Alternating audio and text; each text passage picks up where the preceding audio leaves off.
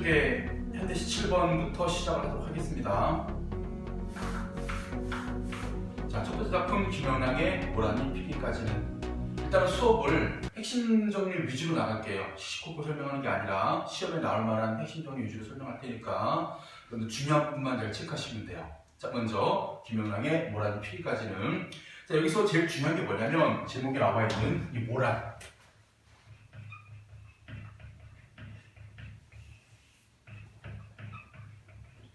꽃입니다. 그리고 봄에 피는 꽃이에요. 그래서 이 모란이라는 것에 대해 가지고 시적 화자가 무엇을 느끼고 있는지를 판단하시면 됩니다. 모란이 바로 화자가 소망하는 대상으로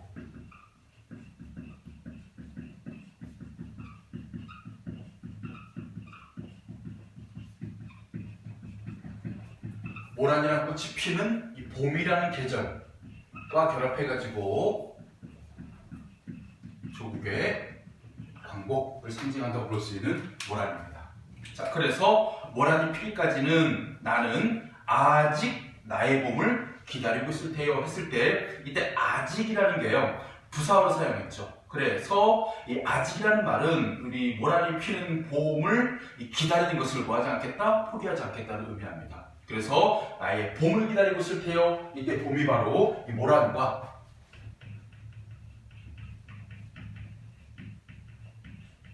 같은 의미로 보시면 돼요. 왜냐하면 모란이 봄에 피기 때문에, 그리고 모란이라는 것이 소망을 상징하고요. 그 모란이 피는 계절이 봄이기 때문에 같은 맥락으로 보시면 됩니다. 무엇으로?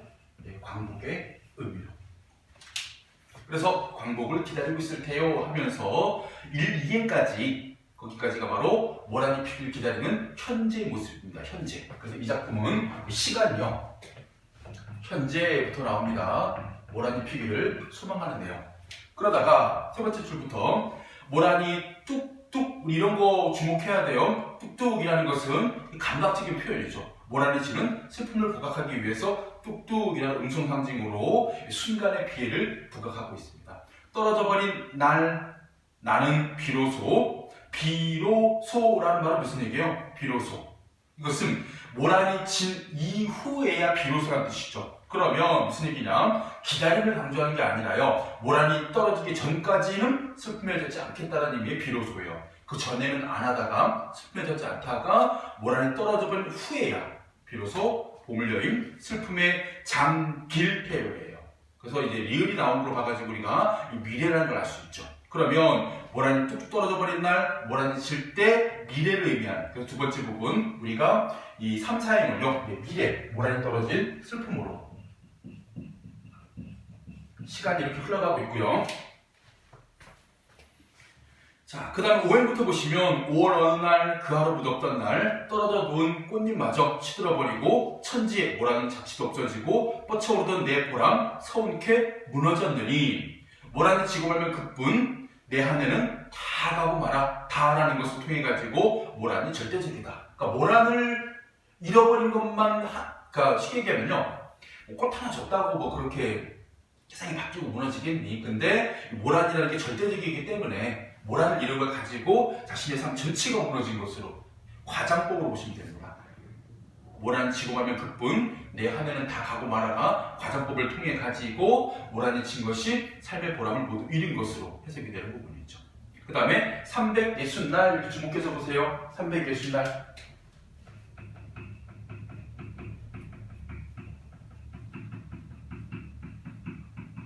그러니까 1년에 모란이 피는 한 5일 빼고 나머지 전체예요. 그래서 모든 시간이라는 뜻의 360날은요 그만큼 모란이에요.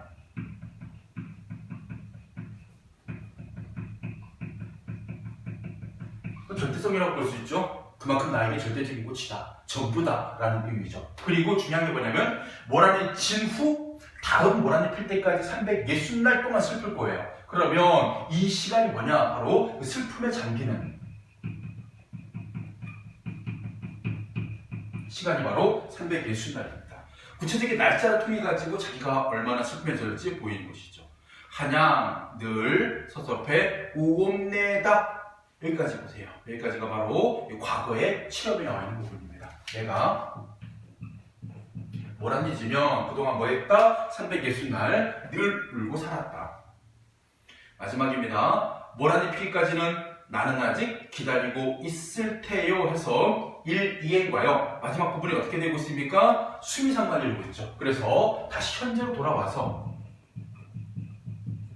어디와 어디가 여기와 첫 부분과 끝 부분이 수미상관을 이루고 있다는 거예요. 근데 수미상관도요, 완전히 똑같아도 수미상관이지만 이렇게 약간의 변화가 일어나도 수미상관으로 봐요. 그래서 반복과 변주를 통한 수미상관. 이때 변주가 뭘 통해 드러나느냐 보시면 중요한 거 나오죠. 뭐라고? 찬란한 슬픔의 봄 해서 역설법을 통해서 변주가 나타납니다. 마지막 행 써볼까요? 찬란한 슬픔의 봄. 역설법에 이렇게 모순된 형용도 있고요. 이거 모순 형용이에요. 왜냐하면 봄을 꾸밀 때 찬란한 봄이다, 슬픔의 봄이다 하면서 꾸미는 것이 서로 형용이 모순된 형용이 되고 있는 것. 모순 논리도 있습니다. 님은 같지만 나는 님을 보내지 아니었습니다. 혹은 한민복이 사과를 먹으면 같은 경우에도 내가 사과를 먹는다, 사과가 나를 먹는다. 근데 논리에 맞지 않는 문장을 통해가지고 진리를 드러내는 게 다 역설법이죠. 여기서는 역설법인데 모순 형용을 통해서. 그러니까 꾸미는 게 모순됐다는 얘기입니다. 역설법이 나타나고 있고, 중요한 게 뭐냐면 잘 봐 얘들아, 이 찬란함과 이 슬픔이 대조되고 있을 때 보통 모순 형용은요 시간차가 발생하는 경우가 많아요. 무슨 얘기냐면 하나가 현재의 시간이거나 하나가 미래의 시간, 또는 하나가 과거의 시간이거나 현재의 시간, 그러니까 다른 시간을 동시에 꾸몄기 때문에 이게 모순 형용이 일어나요. 보세요. 봄이라는 계절이 뭐하면 앞에처럼 뭐라는 피면, 지금 뭐라도 피었던 봄이 언제예요? 과거에도 피었고 미래도 피었죠. 미래는 필 것이죠.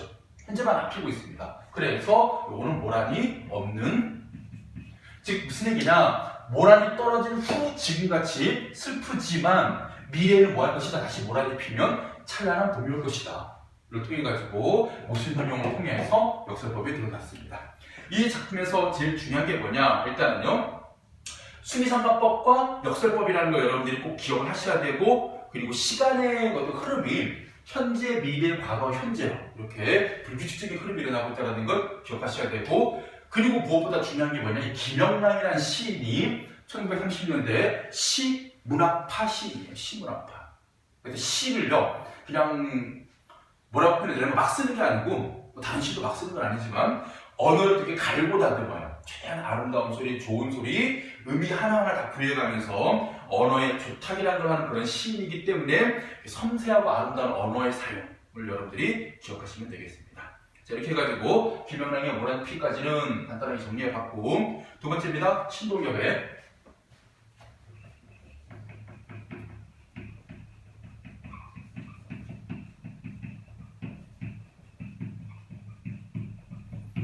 산의 언덕에 아저씨 아니에요. 시인 신동엽이에요. 그러니까 진짜 어떤 친구들이 있냐면 오늘도 이 사람 시도 썼어요. 근데 그분, 방송에 나오시는 그분하고 이 시인하고는 나이 차이도 꽤 있고요. 사람 시대도 다르고요.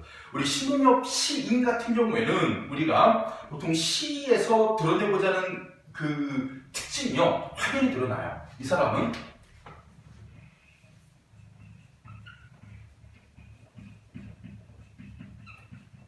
아마 한 80년대 초반, 90년대 초반 여태까지 시를 크게 쓰진 않았는데, 이때 주로 뭘 다뤘냐면요, 우리나라의 분단 상황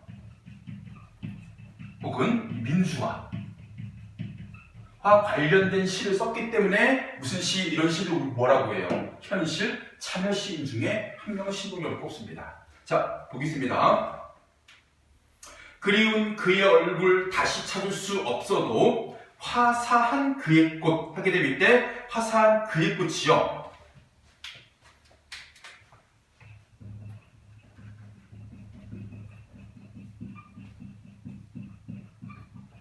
자, 그의 꽃이 화사하다고 표현합니다. 그러면 뭐예요? 이렇게 긍정적인 수식에 들어가는 이런 대상들 중요한 대상이 되죠. 그랬을 때 거기 보시면 이 4.19 혁명으로 희생된 사람들이 바로 이게 그거든요.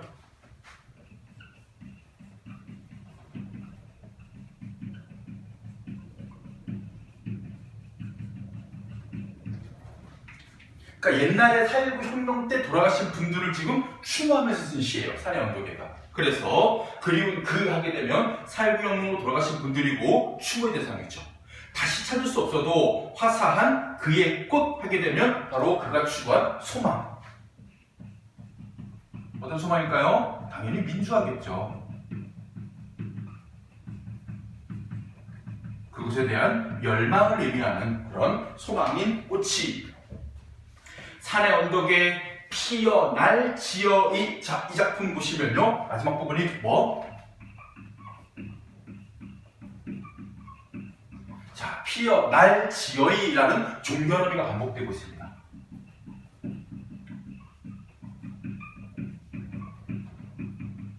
자, 일단 반복을 통해서 리듬감 드러나는 건 물론이고 이게 좀 특이한 말투죠. 뭐뭐할 지어이. 요즘에 잘 쓰이지 않는 좀 예스러운 말투인데 요 말투는요. 뭐뭐 할 것이다. 그게 당연한 것이다 해가지고 당위성을 강조하는 그런 종교 의미를 반복해서 시 전체에 통일감을 주고 있죠. 그리운 그의 노래. 이제부터는 여러분들 이 반복적인 내용이 좀 있기 때문에 내용을 보시면 됩니다. 그의 노래는요. 그의 꽃이 있었죠. 민주에 대한 열망이라는 꽃이 있었다면 이번에는 자유와 정의에 대한 외침, 노래를 부르는 거죠.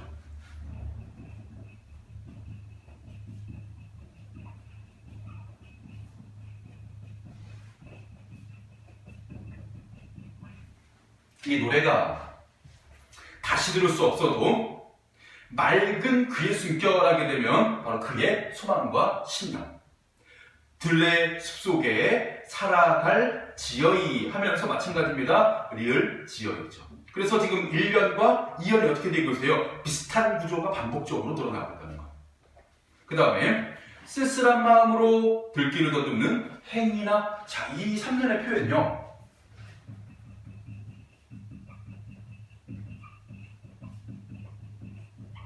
쓸쓸한 마음으로 들기를 더듬는 행, 인, 이렇게 했을 때 독특한 표현 두 가지가 있습니다. 독특한 하나고요. 근데 의미부터 봐야 돼요. 쓸쓸한 마음이 뭐냐면 바로 그에 대한 그리움.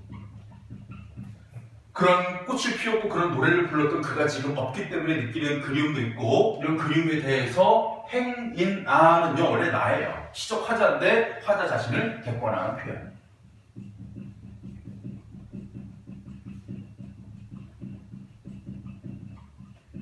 그런 표현도 쓸 수 있지. 뭐 내가 독서실에서 공부한다라고 하지 않고 뭐 어느 학생이 독서실에서 공부한다. 그러니까 이걸 조금 이게 다른 사람이 보는 시선으로 표현한 걸 객관화한 표현이라고 표현합니다. 자, 그래서 행이나 눈길 비었거든 바람 담을 지네, 바람 비었거든 인정 담을 지네 하면서 이 눈길이 빈 공원에 바람을 집어넣으면 되고 또 바람이 비어 있으면 마찬가지 그가 남긴 인정을 담으면 된다. 그래서 그의 죽음에 대해서 지금 그리움 때문에 쓸쓸해하잖아요. 이 사람에 대한 위로예요. 그래서 여기 지금 눈길이 비었다라는 공허함에 대한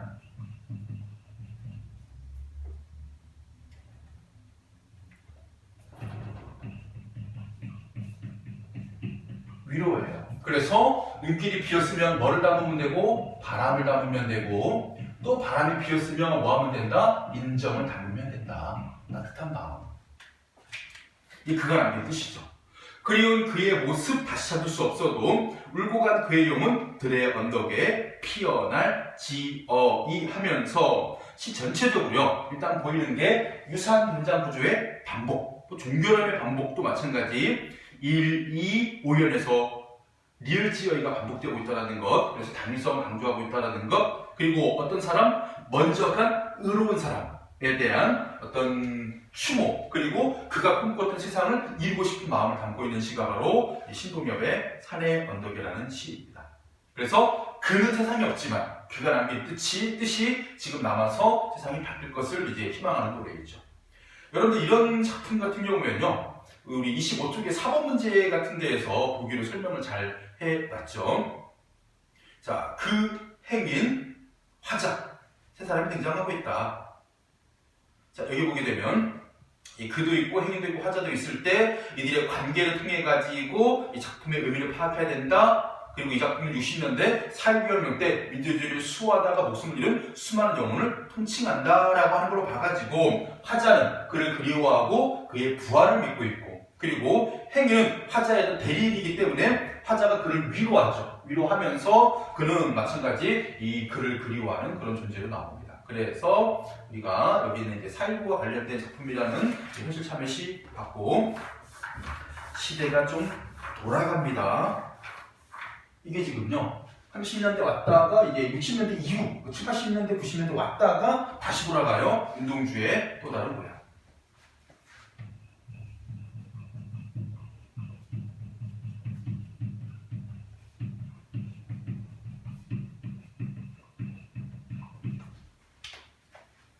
자, 고향에 돌아온 날 밤에, 자, 우리 윤동주시에서 밤 나오면요 자주 나옵니다. 별내는 밤도 마찬가지고 쉽게 쓰여진 시도 밤 나오죠. 이 밤이라는 것은 일단은 두 가지 의미를 거의 대부분일 거예요. 그러니까 첫 번째가 뭐냐면 밤이 어둡기 때문에 어두운 시대 현실을 의미하기도 하고 일제강점기겠지. 또 하나는 뭐야? 낮에는 사람들 만나고 시끄럽고 이렇게 정신이 없어가지고 그 자기를 돌아볼 시간이 없어. 우리 일기 언제 쓰는데? 밤에 쓰잖아. 그래서 밤은 뭐예요? 성찰의 시간.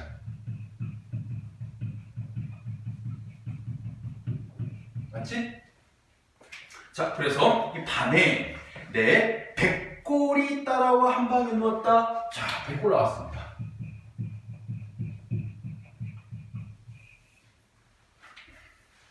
그러니까 이거지. 죽으면 왜 살다 썩고 그러고 남으면 이제 남는 게 백골이잖아. 하얀 백골. 그 백골이 그러니까 뭐냐면 죽어서 보이는 거라는 얘기는 생명력을 잊어버렸다는 얘기고, 생명을 잃어버렸다는 얘기고, 근데 중요한 건 뭐냐면 그건 왜 나였었어. 사람이었던 것이 죽어서 백골이 된 거잖아. 그럼 얘는 뭐냐면 생명력을 잃었을 뿐 또 다른 원래 나의 모습. 그래서 백골은요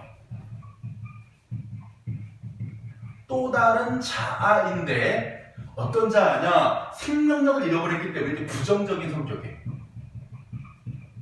또 다른 자아인 백골이에요. 우리 윤동주시에서 이런 거 잘 나오죠. 그러니까 긍정적인 자아와 부정적인 자아가 등장을 하고, 보통 해볼까?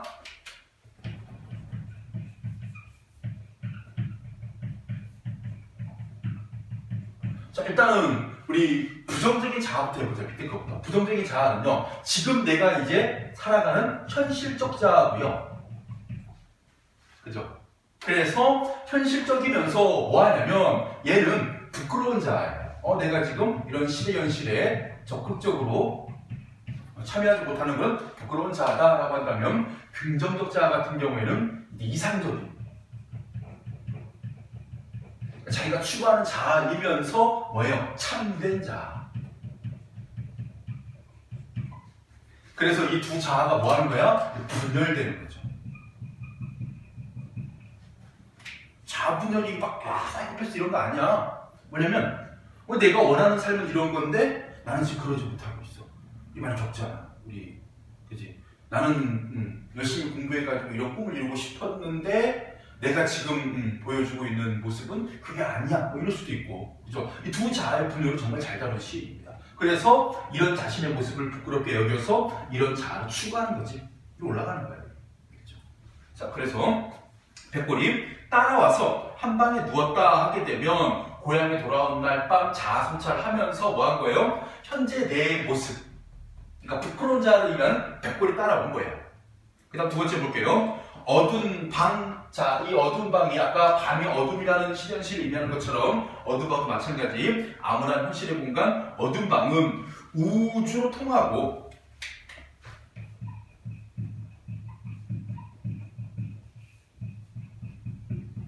자, 어두운 방은 우주로 통한다 하게 되면 이제 암울한 현실을 의미하는 어두운 방이 어디로 가는 거야? 우주로 통하는데 그럼 우주는 뭘까? 바로 열린 공간이자 화자가 지향하는 공간이에요. 여기에서 어두운 방은요 닫힌 공간입니다.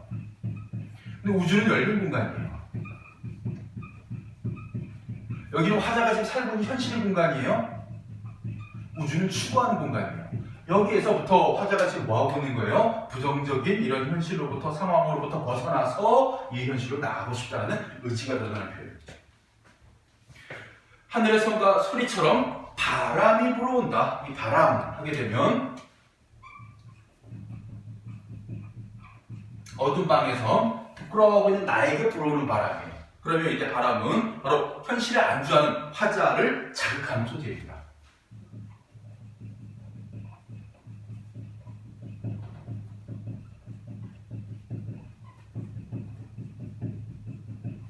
왜 우리 나무가 가만히 서 있는데 편안하려고 근데 바람이 자꾸 불어도 흔들어. 그러면 나무는 이제 깨닫는 거지. 아, 바람이 부는구나, 시간이 흐르는구나, 계절이 변하는구나, 꽃을 피워야지, 열매를 맺어야지, 잎을 떨고 해야지. 이런 식으로 사람도 마찬가지예요.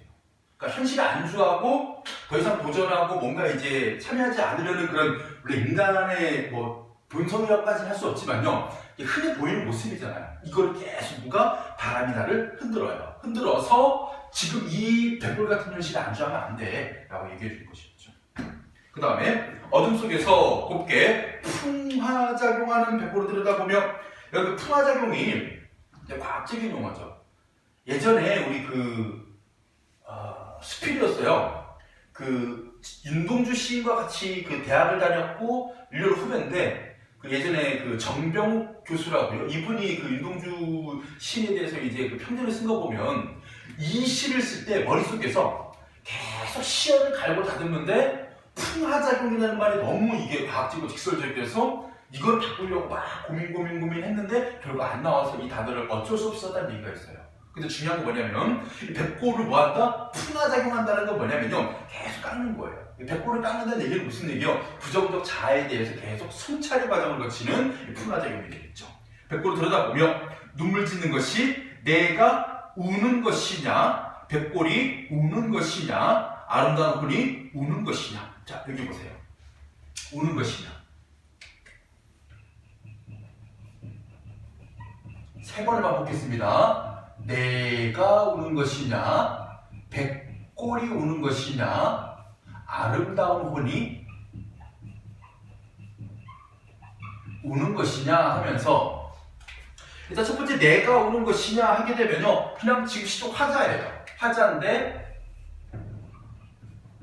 여기서는 이 두 화자가 어떻게 되고 있는 거예요? 분열된 거죠. 그래서 부정적인 백골이 우는 것인지 긍정적인 아름다운 혼이 우는 것인지 하면서 어쨌든 간에 계속 뭐하고 있는 겁니까? 우는 것이냐를 통해 가지고 갈등과 슬픔을 강조하는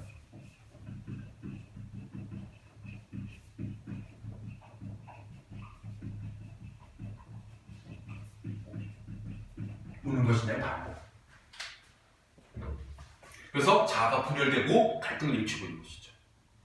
지조 높은 개는 자 여기도 마찬가지. 우리 아까 바람처럼 지조 높은 개.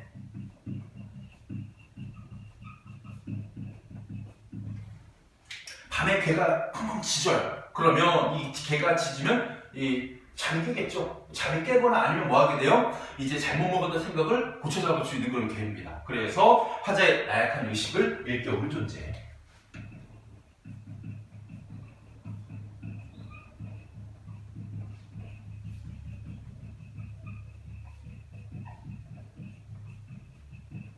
그런 지조 높은 개.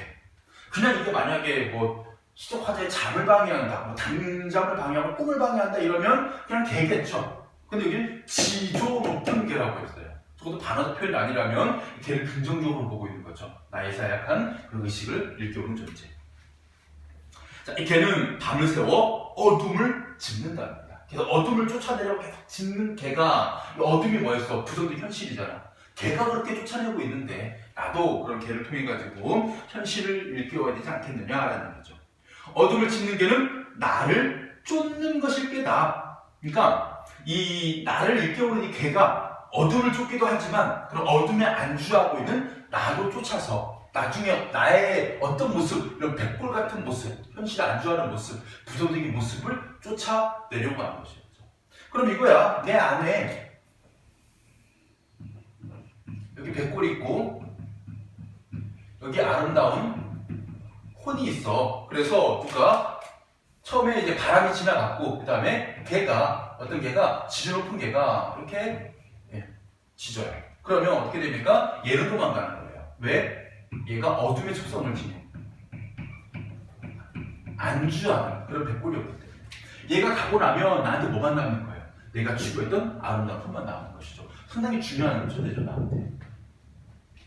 그래서 가자 반복을 통해서 간절한 강조합니다. 쫓겨오는 사람처럼 백골 몰래, 이것도 다른 발상이죠. 왜냐면 처음에는 걔가 얘를 쫓아 잘 안 가겠지. 그러니까 이번에 뭐 하는 거야? 백골 몰래 얘가 모를 때, 잠들었을 때 우리만 가자.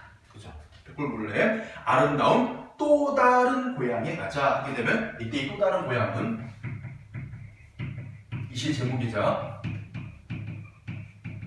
내가 지금 성찰하고 있는 이 어두운 방의 이 고향이 아니라 다른 고향이에요. 그러면 바로 이상남 혹은 시대적인 상황을 극복한 세계가 되겠죠.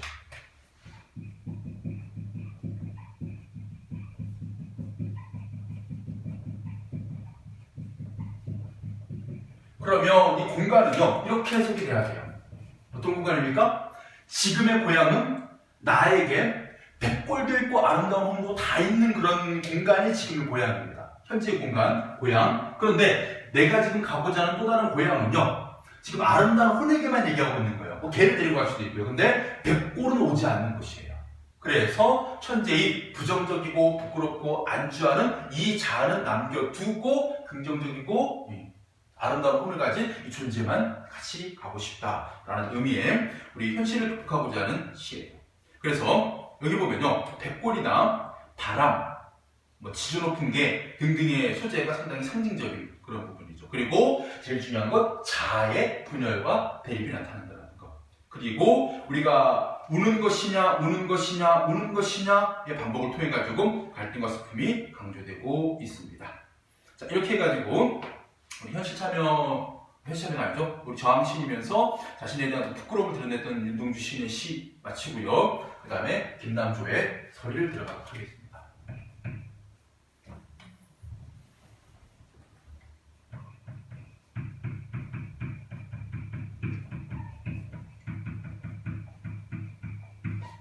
설일?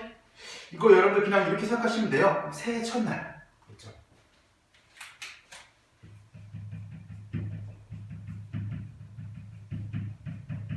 그러니까 요즘처럼 우리가 우리 민족 고유의 설날 말고 예전에 우리 1월 1일이 설날일 때가 있었어요. 선생님도 어린 시절에 그러니까 양력설을 세다가요, 어느 날 갑자기 이제 다들 이제 원래 우리의 전통적인 음력설로 간다고 바뀌었어요. 그래서 예전에 신정을 의미했던 그날 정도를 보시면 됩니다.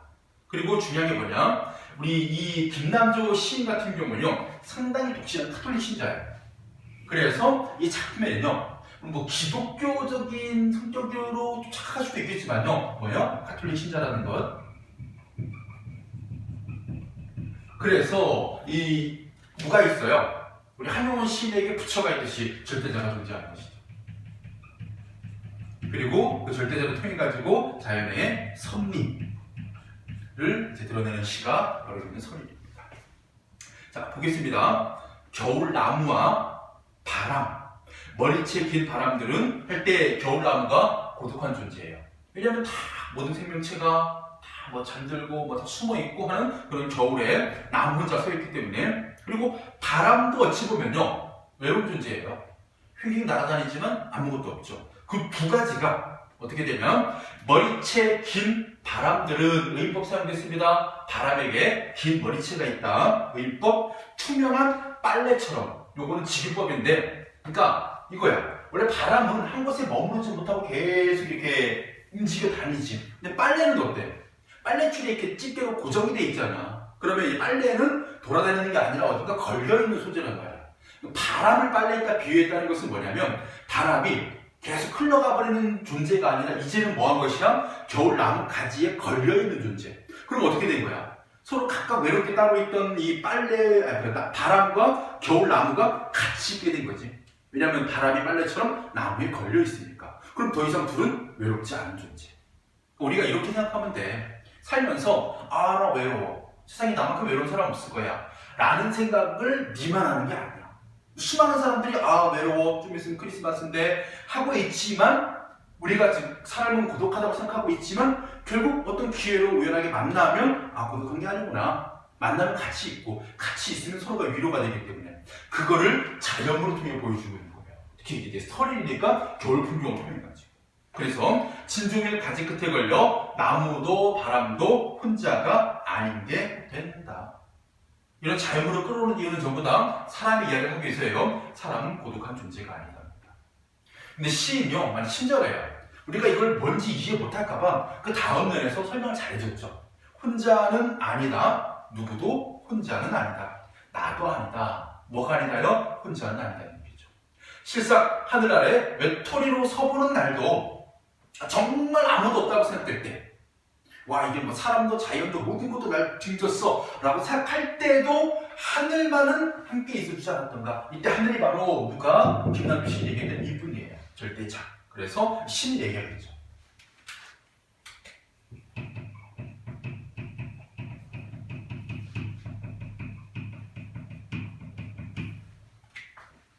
함께 있어주지 않던가. 삶은 언제나 은총 돌침개의 어디쯤이다. 사랑도 배양, 섭리의 자갈밭에 어디쯤이다. 대꾸법이 사용됐습니다. 그리고 중요한 게 뭐냐면요. 삶을 은총의 돌침개.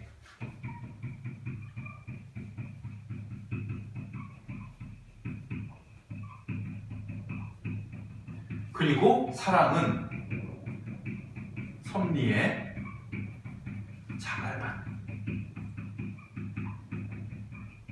이거 예전에요. 5차, 6차 교육과정? 90년대 후반, 2000년대 초반? 이때 이게 교과서에 단골로 자주 실렸던 시여가지고 그때 이거 시험 되게 잘 나왔었어요. 은총의 돌침개가 뭘 의미하느냐. 그때 어떤 선생님 역설법으로 보기도 했는데 이 은총의 돌침개 하게 되면요. 삶이라는 것은 돌침개를 계속 걸어 올라가는 것처럼 힘들어. 근데 그 힘든 과정을 겪고 나면 우리 성숙해. 그게 곧 은총이야. 누구의 은총? 하늘의 은총. 이걸 얘기하고 있는 거예요. 그래서 힘겨운 삶의 과정도 뭐다?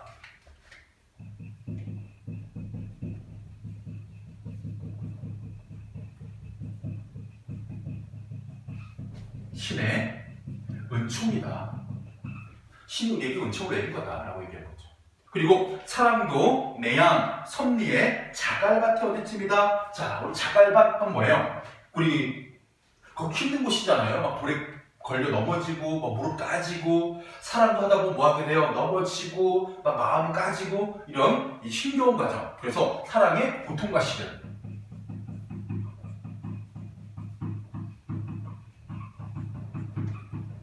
결국 신의 섭리. 이게 바로 시적화자가 우리에게 전달하고 싶은 깨달음입니다. 그래서 이제까지는 말로써 풀던 마음 말없이 사귀고. 무슨 얘기냐면요. 삶이 불평스러울 때마다 막 독설하고 악담하고 저주하고 막 원망하고 말했겠지. 그런데 그걸 이제 사귀고 얼마 더 너그러워져서 이 생명을 살자. 황송한 축연이라고 알고 한 세상을 누리자. 그러니까 이 삶을 뭐라고 생각한 거야? 황송한, 정말 받기에 너무나도 감사하고 큰 그러한 어떤 축연하게 된 거예요. 잔치죠 라고 생각하고 파티라고 생각하고 한 세상을 누리자. 새해의 눈시울이 이때죠? 설일 새해의 눈시울이 순수의 얼음꽃, 승천한 눈물들이 다시 땅 위에 떨고 있는 백설을 담고 온다 했을 때 이때 백설 바로 순수한 마음 그리고 안으로 삭힌 눈물들이 뭐한 거예요? 승천했다가 다시 눈이 되어 내린 것이었죠.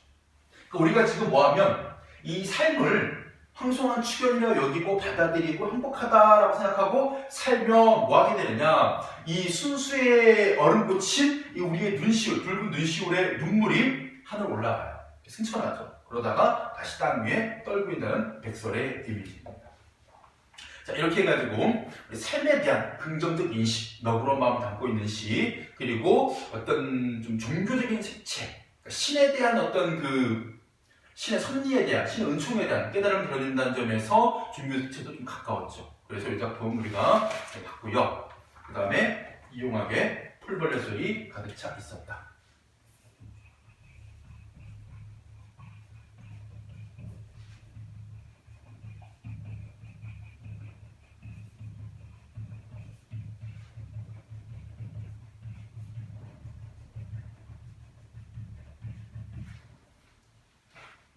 자, 참고로 이용학 시인을 하게 되면 여러분 기억해야 되는 게 1930년대 유파 외시인이라고 해서 1930년대가 우리나라의 유파, 그러니까 비슷한 부류의 시를 쓰는 사람끼리 모인 거야. 옛날에 시인들, 소설가들 모여가지고 찻집에 모여가지고 이게 차 마시고 서로 시 주고받으면서 비슷한 성향을 가진 사람끼리 서로 같이 어울려 다녔죠. 그래서 뭐 아까 김연아 얘기했듯이 뭐 생명파 시, 뭐 청로파 시, 뭐 전원파 시 이런 시인들이 모였을 때 그 어느 유파에 포함되지 않은 시인 두 명이 있었는데 바로 이용학과 백석이라는 시인이에요.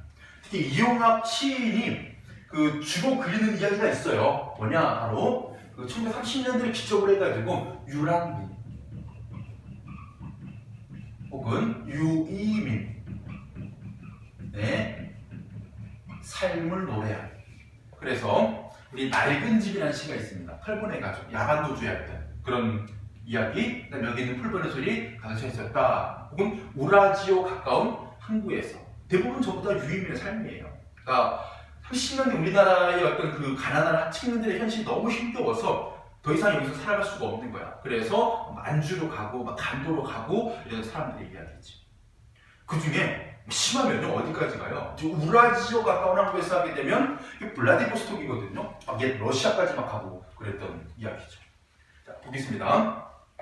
우리 집도 아니고 일가집도 아니고 하다못해 고향은 더더욱 아님. 지금 우리 집, 일가집, 고향, 범위가 점점 넓어지고 있죠? 정칭법을 통해서 뭐 하고 있는 거냐? 타향에서의 쓸쓸함이에요.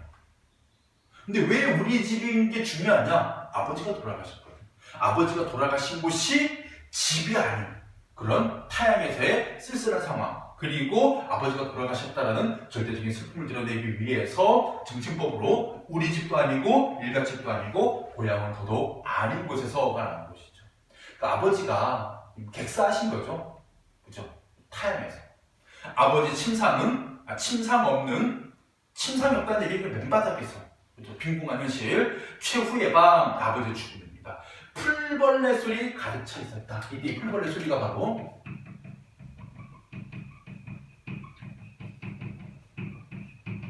원래는 가족이 죽으면 막 애도하는 울음소리, 막 통소리가 나야 되는데 그게 그냥 조용한 거야. 풀벌레 소리가 들릴 정도로. 그래서 화자의 서글픔을 강조하는 존재입니다.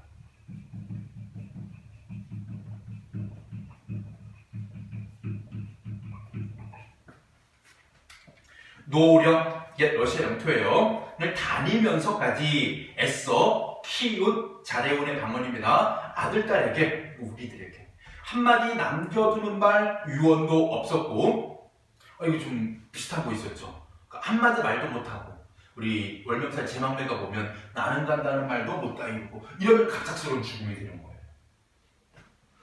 아무울만의 파선도 설루한 니코리스크의 밤도 완전히 잊으셨다 하게 되면 아버지가 다녔던 여러 가지 지명이나 그곳에 있는 물건들이죠. 다 잊으시고 돌아가신 거죠. 목침을 반드시 뱉지. 다시 뜨지 않는 두 눈에 피지 못한 꿈의 꽃봉오리, 아버지가 가졌던 꿈, 가라앉고의 줄임말입니다. 얼음장에 누우신 듯 손발은 식어갈 뿐, 입술은 심장의 영원한 정지를 가리켰다. 지금 이 부분 표현 보세요.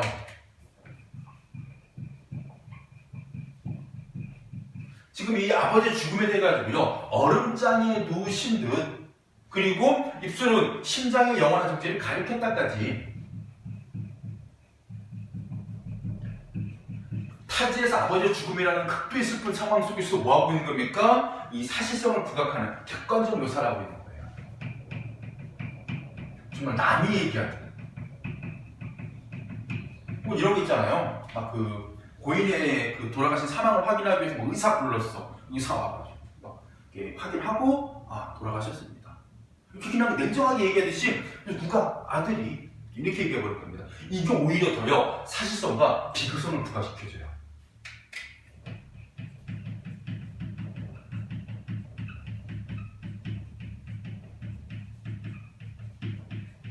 이거 왜 그러냐면 예전에 그런 거 있었어요. 그 주체가, 그러니까 주인공이나 시적하자나 서술자나 이런 사람들이 자기가 그 상황에 대해서 막 울어버리고 뭔가 웃어버리고 막 분노해버리면 독자들 할 일이 없어지는 거야. 무슨 말인지 이해돼? 만약에 뭐 우리 개그 프로그램 봤는데 되게 재밌는 소재인데 그 개그맨이 막 연기하면서 자기가 막 재밌어 깔깔깔 웃어봐. 그럼 이 시청자들은 뭐라 생각해? 아니 지가 하고 지가 웃고 우린 뭐여? 이런 생각 들잖아요. 이게 시적화자가 아버지 죽음의 상황에 대해 가지고 뭐 한 거야? 자기가 사실적으로 그대로 보여주기만 해. 그리고 절대 눈물 흘리지 않아. 그러면 그게 누구에게? 독자에게 전이가 돼요.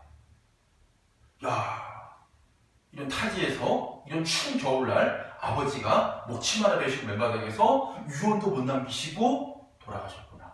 특히 꿈도 못 이룬 채. 그게 독자의 그대로 상황이 전달되는 순간 독자의 가슴에서 그게 나오기 시작하는 거야. 뭐가? 시적화자가 느꼈을 만한 그런 슬픔. 이런 기법들이요 우리가 뭐 보여주기 방식을 통해 가지고 잘 나타납니다. 객관적 묘사를 통해 가지고.